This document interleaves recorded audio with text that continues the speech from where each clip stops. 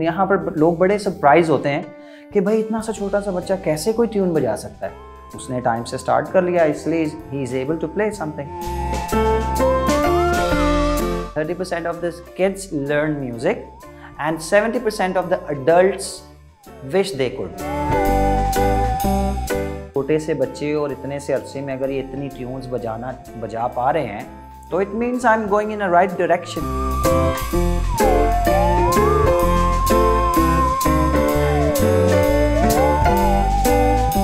मेरा नाम जमाल यूसुफ है। I am the founder and director and instructor at the music school. 2017 में स्टार्ट किया, तकरीबन 7 years मेरा ख्याल हो गया इसको ओवरऑल करते हुए। 1 2 3 4। मैंने अपने स्कूल से पहले मैंने बहुत सारे स्कूल्स में ऑलमोस्ट जहाँ जहाँ म्यूज़िक होता है, यहाँ कम ही जगहें हैं, मैंने सब जगह पढ़ाया हुआ। ठीक है, पेरेंट्स जो इस एजेस को देखते हैं ना, वो सिर्फ फ़न टाइम सोच के और बस वही सोचते हैं, बट हमारा ये गोल नहीं है। मैं ये चाहता हूँ कि हर बच्चा एक प्रॉपर तौर से एक इंस्ट्रूमेंट की ट्रेनिंग करे। ठीक है, तो वो हम छोटी एज से, अगर आप इंटरनेशनल लेवल पे देखें तो वहाँ पर छोटे छोटे बच्चे बड़े अच्छे एक्सपर्टीज़ के साथ इंस्ट्रूमेंट्स बजा रहे होते हैं। उसकी वजह यही होती है कि they start on exact time, correct time, छोटी एज से वो शुरू कर देते हैं। तो वही एक इंस्पिरेशन है, समझ लें कि अगर आप इंटरनेशनल स्टैंडर्ड्स चेक करें तो वो छोटी एजेस से सिखाना शुरू करते हैं। लेकिन यहाँ पर लोग बड़े सरप्राइज होते हैं कि भाई इतना सा छोटा सा बच्चा कैसे कोई ट्यून बजा सकता है। अच्छा, कैसे ट्यून बजाने से मकसद ये है कि देखें, जब द करेक्ट एज, अच्छा ये बड़ा क्वेश्चन आता है कि भाई एग्जैक्ट करेक्ट एज कौन सी है बच्चों की, कि भाई कब वो सीखना शुरू करे। तो मैं कहता हूँ कि जब बच्चा स्कूल जाना शुरू करता है तो दैट्स द करेक्ट एज। तो उसमें बच्चा 2-4 वर्ड्स जो भी सीखता है तो वो उनको अच्छे लगते हैं। इसी तरह से अगर आप म्यूज़िक में भेजेंगे उसका भी होगा।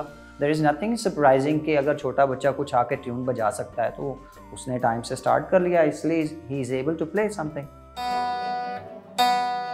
हम लोग 3+ से बच्चों को ट्रेनिंग देना शुरू करते हैं। ठीक है, तो नॉर्मली मैंने तो मेरी एक्सपीरियंस में तो अभी तक नहीं गुजरा कि कोई इतनी छोटी एज से कोई म्यूज़िक की ट्रेनिंग वगैरह ले रहा हो। आफ्टर स्कूल बच्चे आ सकते हैं हमारे पास। वैसे हम लोग अडल्ट्स को भी टीच करते हैं, बट उनका थोड़ा सा कम होता है, यू नो, कि they are busy with some other things. 30% of the kids learn music and 70% of the adults wish they could. जैसे वो नाइल भी आपके सामने बता रहा था कि भाई मेरे फादर को सीखना था तो उनसे नहीं हुआ, तो उन्होंने मुझे किया कि ये है। तो ऐसे है कि मतलब जो बड़े लोग होते हैं ना, वो सोचते हैं कि यार काश हम अपने वक्त में सीख लेते, तो शायद उनको ये लगता है कि चलो यार हमने तो नहीं सीखा, चलो इनको तो भेजो। आप मेडिकल करने जाएं, आपके पास कॉलेजेस हैं, आप कंप्यूटर करने जाएं, कॉलेजेस हैं, सब्जेक्ट्स हैं।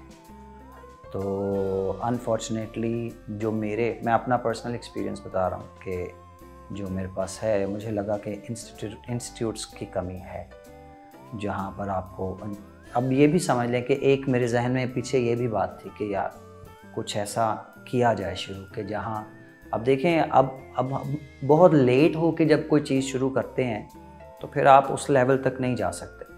तो अब आप क्यों हम स्कूल स्टार्ट करते हैं बच्चों का शुरू से ही कि नहीं भाई अभी ये 3 साल का या 4 साल का बच्चा है, स्कूल जाना चाहिए। यहाँ पर मैंने जो चीज़ें पिछले इंस्टीट्यूट्स में लैक करती हुई देखी, मैंने उनका कॉम्बिनेशन बनाया।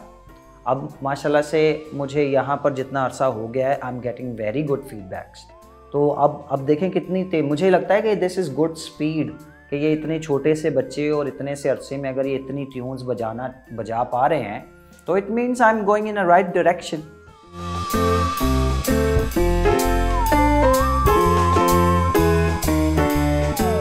बॉलीवुड सुना है, हॉलीवुड सुना है, अपना लॉलीवुड भी सुना है। ठीक है, तो यही सारे उन्हीं से सारी इंस्पिरेशन है मूवीज़ से कि किस तरह से कॉम्पोजिशंस जा रही हैं।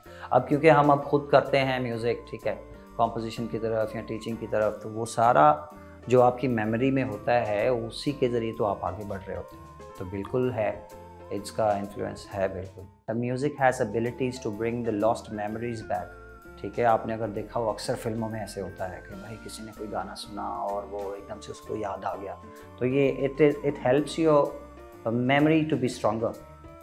तो इसमें बड़ा इसका काम है। उसके बाद आपकी हैंड्स एंड ब्रेन कोऑर्डिनेशन का बड़ा इसमें काम है। I belong to a Christian faith, तो हमें एक एडवांटेज हो जाता है कि just when we are going to church, तो वहाँ एक स्पेसिफिक ग्रुप होता है जिसको हम क्वायर कहते हैं, जिनका पार्ट होता है कि उन्होंने वर्शिप मींस म्यूज़िक का एक पार्ट होता है उनके पास, उन्होंने करना होता है। तो उससे हमें ये फ़ायदा हो जाता है बिकॉज़ म्यूज़िक में मुझे ये लगता है कि listening has a big role. तो अगर आप if you can hear properly, if you can listen properly, then you can actually implement on an instrument easily. तो समझ लें कि आधे से ज़्यादा ट्रेनिंग तो वही होती है, ठीक है। तो उसके बाद फिर आगे हमें इंस्ट्रूमेंट्स की तरफ जाना बहुत आसान हो जाता है, ठीक है। कुछ कम्युनिटीज़ की तरफ से ऐसा आता है कि like it's not good, there are some better things to do that, कि वो हम कर लें इसकी जगह। अब थोड़ा सा स्कूल्स में भी थोड़ा सा रुझान आया है। लाइक मैंने आपको बताया कि मैंने स्कूल्स में टीचिंग में करता था, बट आई क्विट। तो वो उसकी वजह ये थी कि नॉर्मली जो म्यूज़िक टीचर्स वहाँ टीच करते हैं, they actually have to cater the kids, कि उनको बस थोड़ा फ़न करवाएं लाइक।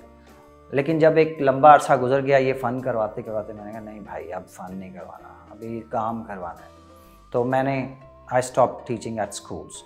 अब क्या है कि इससे मुझे ये फ़ायदा हो रहा है कि जैसे मैंने अपना ये सेटअप बनाया, it makes my life easier.